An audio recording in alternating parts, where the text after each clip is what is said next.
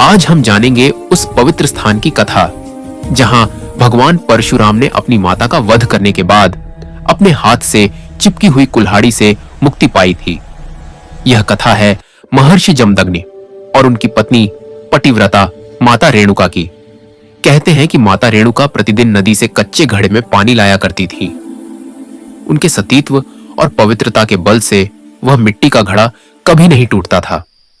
उनके 5 पुत्र थे और सबसे छोटे थे विष्णु के छठे अवतार भगवान परशुराम। एक दिन जब माता रेणुका नदी पर पहुंची, उन्होंने देखा कि कुछ गंधर्व जल में क्रीड़ा कर रहे हैं। वह दृश्य देखकर एक पल के लिए उनका मन मोह में पड़ गया। यही क्षण उनके सतीत्व बल को तोड़ गया और उनका कच्चा घड़ा उसी समय टूटकर गिर पड़ा। जब वे आश्रम लौटी, महर्षि जमदग्नि ने अपने योग बल से यह सब जान लिया।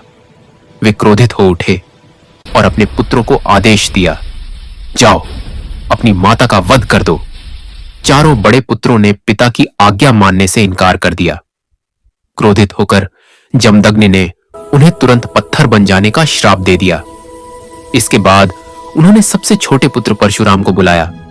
परशुराम ने पिता की आज्ञा को ही अपना परम धर्म माना। भारी मन से उन्होंने अपनी फरसा उठाई और माता रेणुका का सिर धड़ से अलग कर दिया। महर्षि जमदग्नि अपने पुत्र की आज्ञाकारिता से प्रसन्न हुए और बोले, वत्स, वर मांगो। परशुराम ने पहला वर यही मांगा, माता पुनः जीवित हो जाए।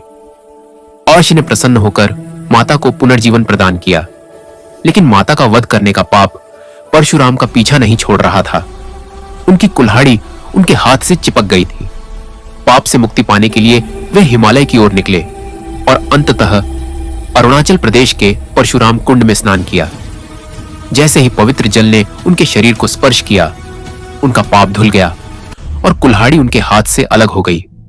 इसीलिए परशुराम कुंड को आज भी तप, प्रायश्चित्त और पवित्रता का सर्वोच्च तीर्थ माना जाता है। अगर आपको यह कथा पसंद आई हो तो वीडियो को लाइक करें, शेयर करें और हमारे चैनल को सब्सक्राइब करना बिल्कुल न भूलें।